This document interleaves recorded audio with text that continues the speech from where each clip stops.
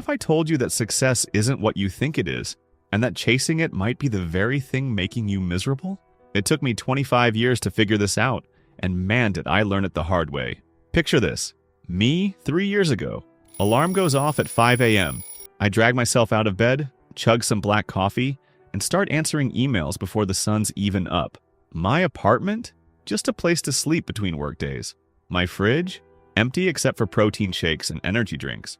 My friends called me the ghost because I'd disappear for weeks, grinding away at that next promotion, that next salary bump, that next line on my resume.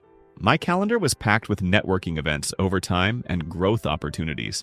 My notes app was full of goals. 6-figure salary by 30, director title by 32, house in that exclusive neighborhood, the perfect partner with the perfect job. I had this mantra, just one more achievement, then I'll be happy. Just one more milestone, then I'll start living. I remember one Sunday my cousin invited me to his kid's birthday party. Simple backyard things, cake, balloons.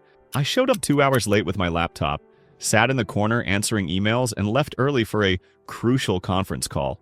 Looking back, I can't even remember what that call was about, but I do remember the look on my cousin's face when I walked out. Disappointment, not anger, just sad. But I told myself it was worth it. All the missed birthdays, the canceled vacations, the relationships that faded away. Temporary sacrifices for permanent success, I'd say. Then came that Thursday in April. My boss called me into his office. "Congratulations," he said. "You got the promotion.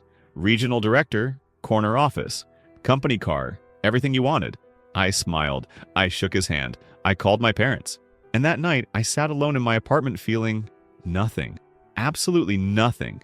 Just emptiness and a weird question. Now what?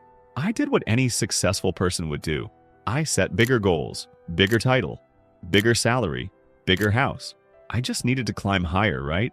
2 days later, I fainted at my desk, collapsed right in the middle of a presentation. Exhaustion, the doctor said. My body was literally forcing me to stop. The doctor asked me a question I'll never forget.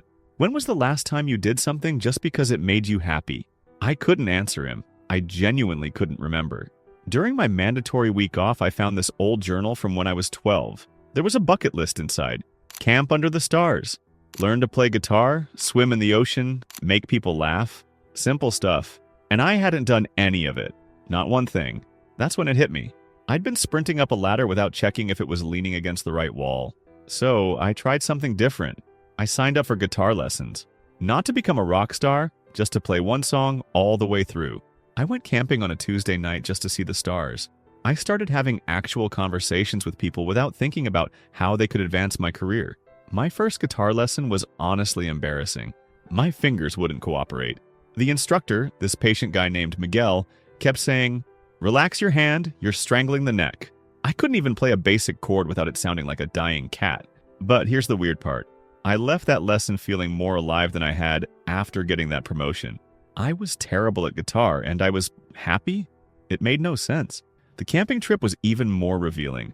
I drove 2 hours to the state park, set up a tent by myself, which took embarrassingly long, and just sat there as the sun went down. No emails, no Zoom calls, no goals to chase. Just me and the darkening sky. I remember this moment when the stars fully came out, thousands of them. I felt so small, and somehow that felt perfect. All those critical work problems suddenly seemed microscopic, and something weird happened. I started feeling this thing I hadn't felt since I was a kid. Joy, not achievement, not satisfaction. Actual joy. The craziest part? My work actually improved. Ideas came easier. Stress affected me less. People responded to me differently.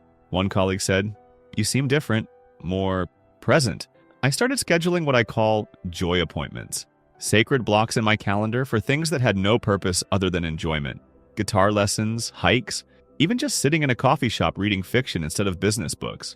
Here's what nobody tells you. Success isn't a destination. It's not some magical finish line where suddenly everything feels perfect. The science backs this up. Studies show that lottery winners return to their baseline happiness within just months of hitting the jackpot. The human brain isn't wired for happily ever after. It's wired for pursuit, for growth, for meaning. Research from Harvard spans over 80 years studying what makes a good life. Their conclusion? It's not achievement or money. It's relationships and doing things that matter to you. Yet how many of us structure our entire lives around the former while neglecting the latter? So what's the answer?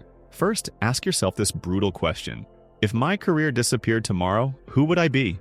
If you don't like the answer, that's your starting point. Second, start measuring your life in experiences, not achievements. That promotion won't play back like a movie in your head when you're 80, but that road trip with your best friend will. Third, schedule joy with the same seriousness you schedule work.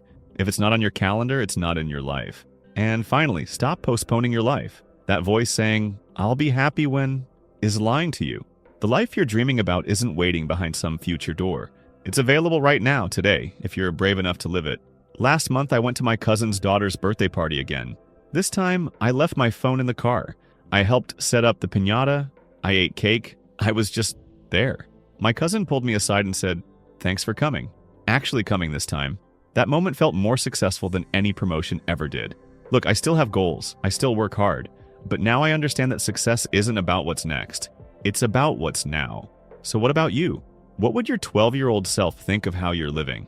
And what small thing could you do today, not tomorrow, not someday, to start living the life you're waiting for? Think about it. Your future self will thank you.